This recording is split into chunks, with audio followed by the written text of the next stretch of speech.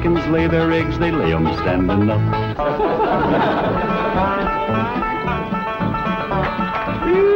Doggy's gonna be a cold one tonight. Somebody better get ready to pry that sun up in the morning to get it started. Yeah, sure we'll be glad to get back to that nice warm mansion in Beverly Hills. It ain't no fun sleeping on this cold, hard floor. That's a fact. You think that's bad? You ought to try sharing a room with that wild daughter of yourn. Well, leastways, you got a bed. That ain't a bed. That's a nest, a roost, and a den and a hutch all in one. Is them animal friends of Ellie's still coming in at night, Granny? Everything that can get through the window. Why don't you shut the window? Because I can't sleep without fresh air. Especially with that third party in bed with us. What third party? Ellie, can you come out here and bring your friend with you? Yeah, Granny. Don't you worry about it, Granny. I'll chuck it out. Whatever it is, you gotta get your sleep. Did you ask, Granny? Your pa wants that polecat. Give it to him. Now, wait a minute. Don't point that thing at me. You don't want to get drove outdoors on a night like this. Well, don't you want him, Pa? I just want to say that Granny'd appreciate it if you'd have this little fella sleep with his own family. All right, I'll go get the others in. Oh, no, outdoors with his family. Otherwise, when we go to California, they might not take him back in. And if a skunk ain't welcome with his own family, he just about ain't got nobody to turn to. All right, I'll put him out the window. Uncle Jed, why can't we go back to Beverly Hills right away? Reckon we can tell him the truth, Granny? I reckon he's big enough. Well, you see, we promised your ma we'd stay here and help her till she gets herself married to Mr. Brewster. Well, how long will that take? Well, it hadn't ought to take long. She's got him boarding in your room now where she can get at him. Pearl told me tonight's the night. She's gonna feed him into a stupor, then set him in the parlor and sing to him until he proposes. That's a powerful combination. Pearl's cooking and singing. Yeah. If he can get got, Pearl will get him. Ain't that a precious picture? Niagara Falls, where the honeymooners go. Understand they're having special winter rates there now. I think I'd better turn in. I've got to get up awfully early. No. You sit down and relax. Jethro and me's got a special surprise for you. It isn't food, is it? Food for the soul and the spirit. Music. What would you like to hear? Oh, anything you'd like to sing. Well, I'll just pick out something at random. Let's try this, Jethro.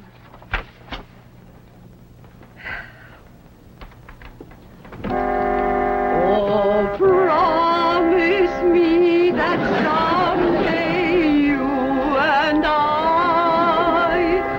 will take our love together to some sky where we can be alone and faith renew.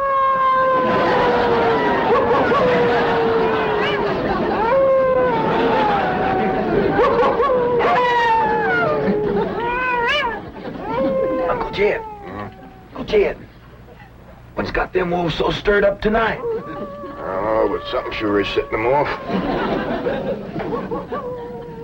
Hey, Lane, can't sleep a wink.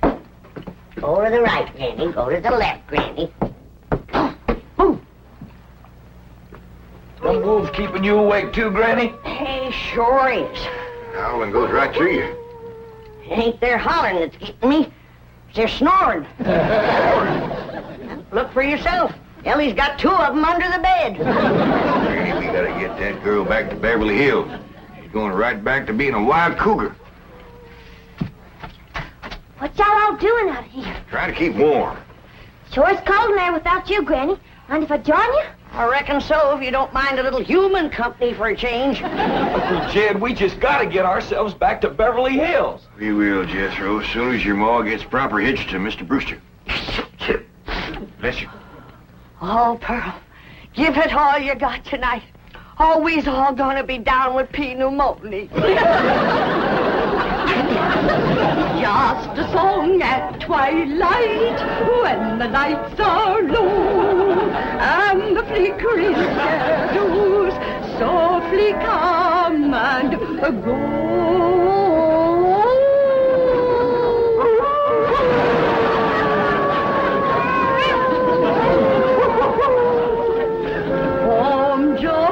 divine, home joy so pure, love ever faithful, and love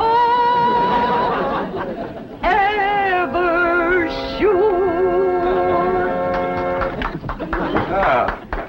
That was a wonderful concert. You both are unusually talented. Thank you. Yes, indeed. That means a lot coming from you. Naturally, folks around here brag on us. In fact, they think we ought to go on a concert tour. Oh, really?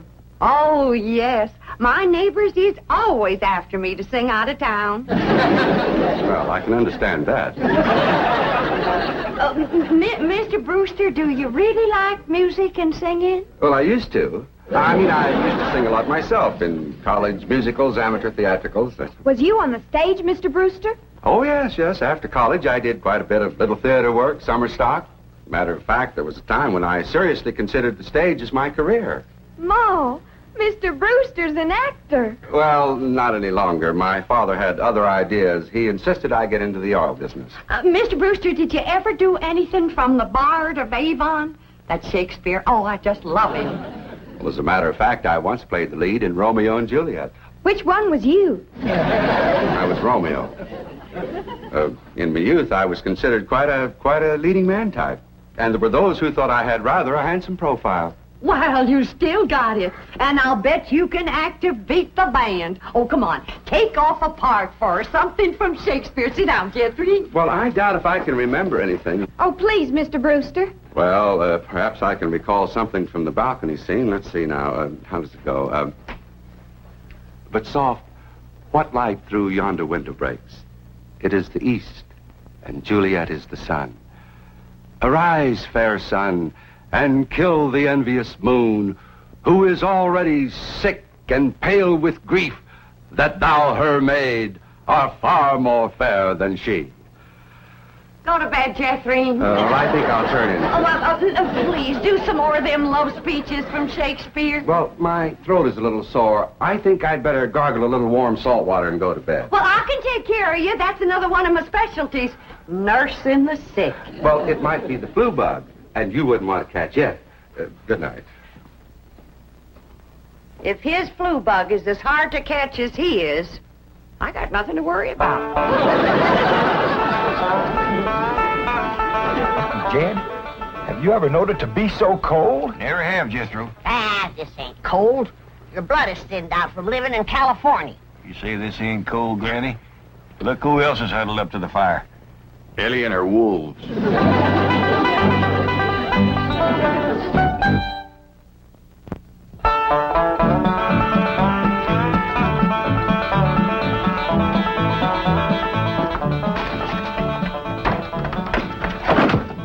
Still cold this morning, Granny. Cold? You call this cold? Why, I remember a winter morning that was so cold that when I went to milk the cow, the milk froze before it hit the pail. I had to break it off in sticks. Yes, sir. I carried a double armful of milk in and never spilt a stick. Gee, Granny, how'd you drink it? Bite on it? Nope. But you did. You're in a right good mood this morning. Jed, I got a feeling in my bones that Pearl got him last night. Oh, I seen Mr. Brewster's car coming down the road, and Aunt Pearl's with him. I told him, my bones is never wrong.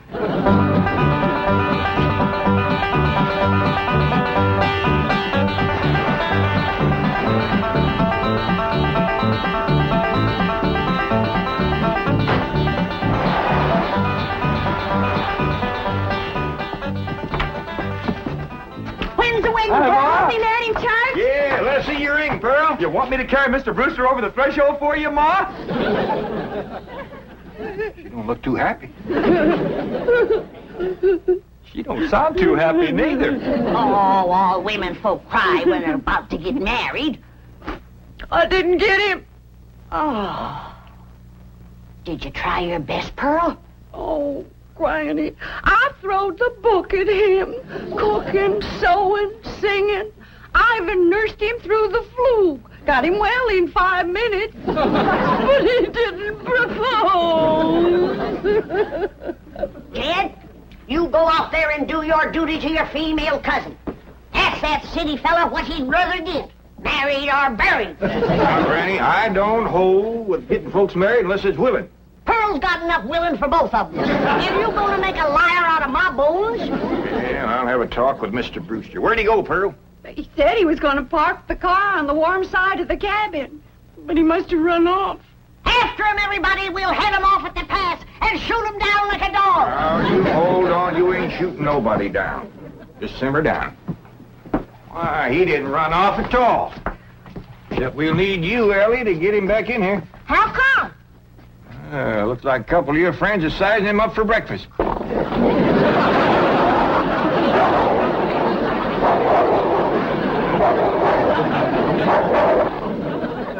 in all sincerity, Mr. Clampett, your cousin Pearl is a very remarkable woman. It's just that, well, I don't want to get married. Oh, I understand that, Mr. Brewster, and I thank you for speaking the truth like a man, but my cousin Pearl has got herself a problem.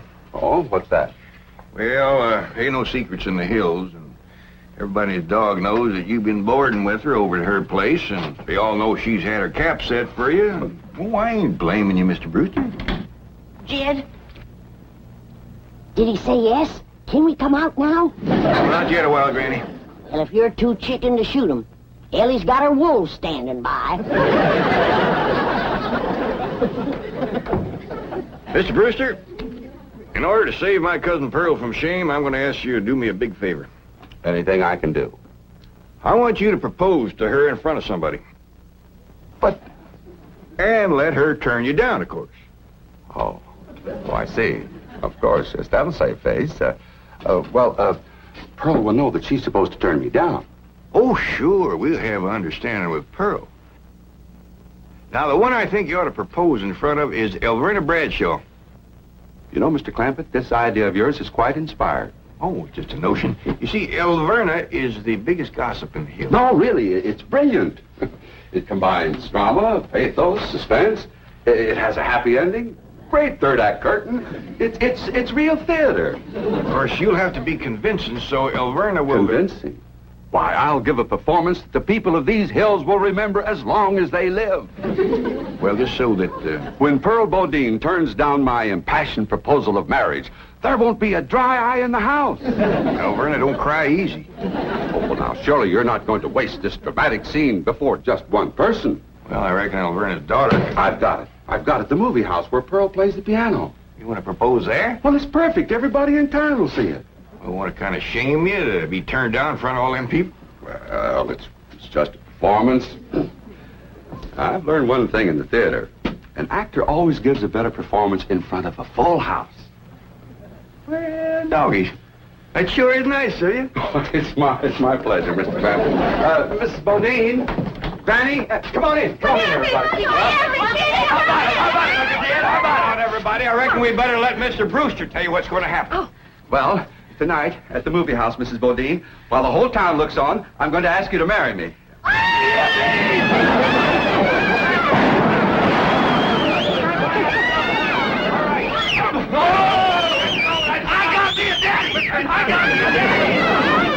This calls for a whopping big snort. Now, will y'all quieten down, everybody, until you hear the rest of the story. Now, Pearl, when Mr. Brewster asks you to marry him, you're going to say no. Not unless I'm as drunk as you are.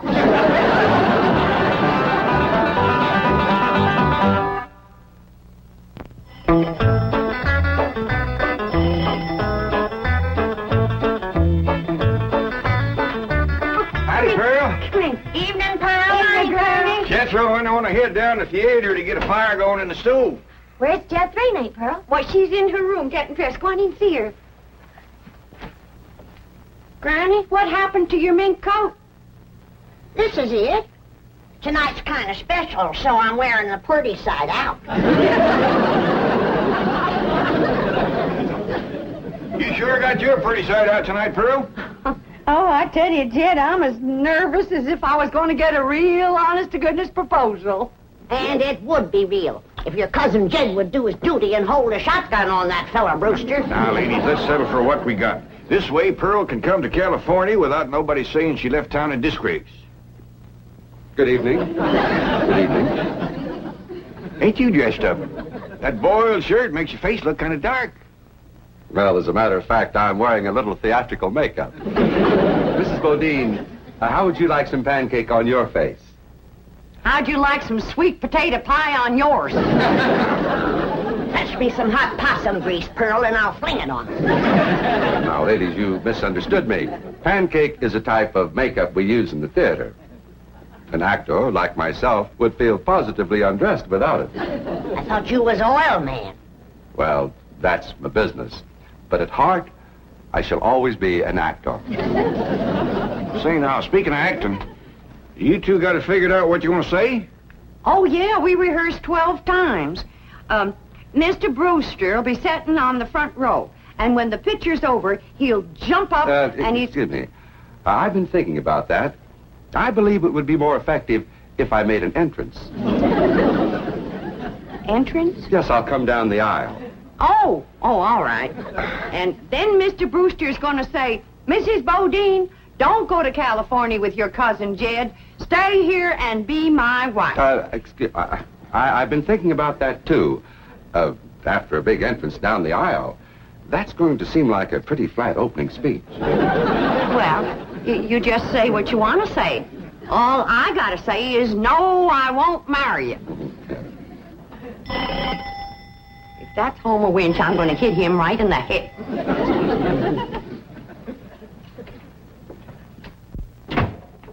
Good evening, Pearl. Brenda Bradshaw, what are you doing here? Well, you and me being such close friends, I just thought I'd offer to play Piany for you at the theater tonight.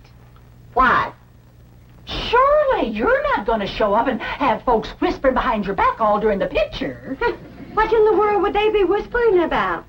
Pearl, I'm your best friend. You don't have to pretend with me. The whole town knows how you've been flinging yourself with that boarder of yours.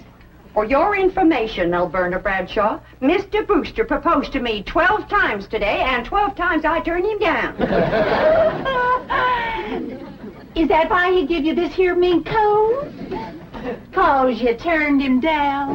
This here mink coat was given to me by my niece, Ellen May Clampett. Oh, Pearl, I keep telling you, you don't have to pretend with me. I'm your best friend. When Alverna Bradshaw is your best friend, you're up to your eyeballs in enemies. Mr. Brewster, if you was to go in there now and propose in front of Alverna, you could save yourself a trip to the theater. And the news would get around a heap quicker. You don't understand, Mr. Clampett. An actor needs an audience.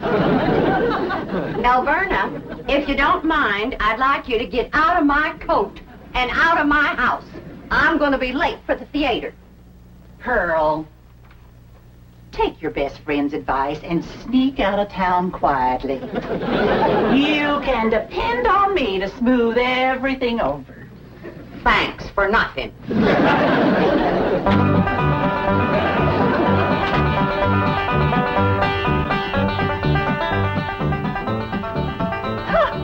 Farewell performance is right. I reckon she'll sneak out of town in a hurry if she ain't already snuck. Mind you, Pearl's my best friend, and I ain't one to talk, but...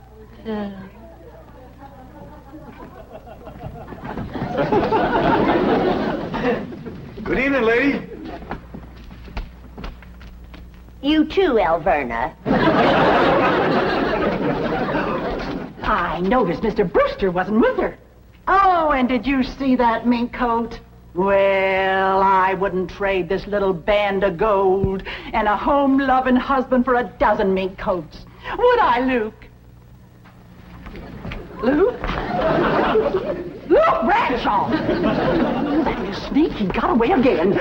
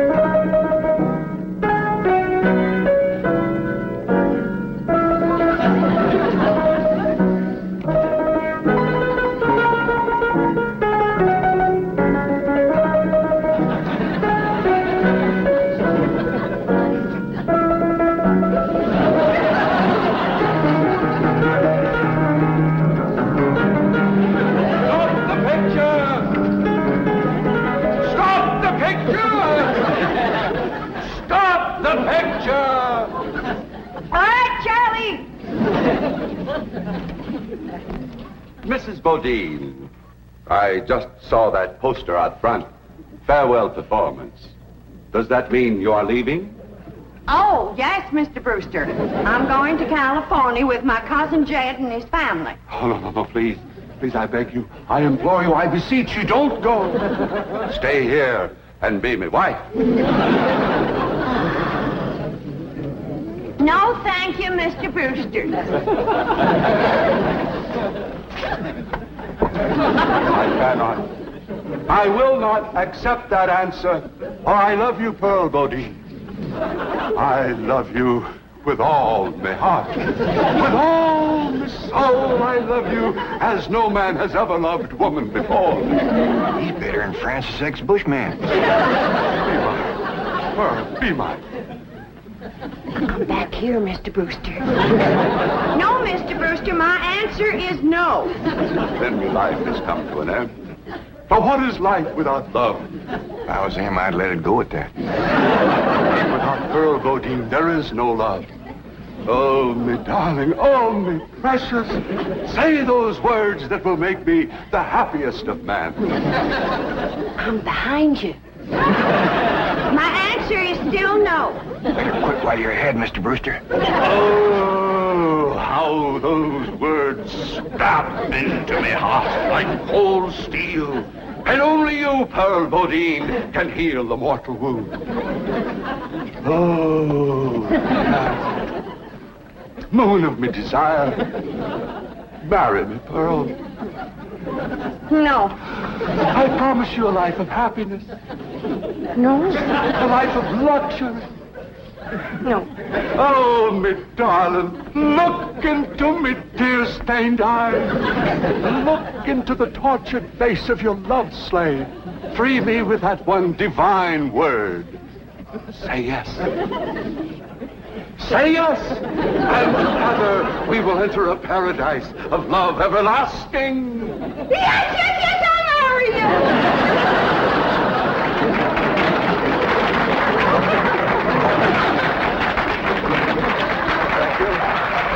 Thank you very much. Did you say yes? Yes. I haven't said yes. I was ready myself.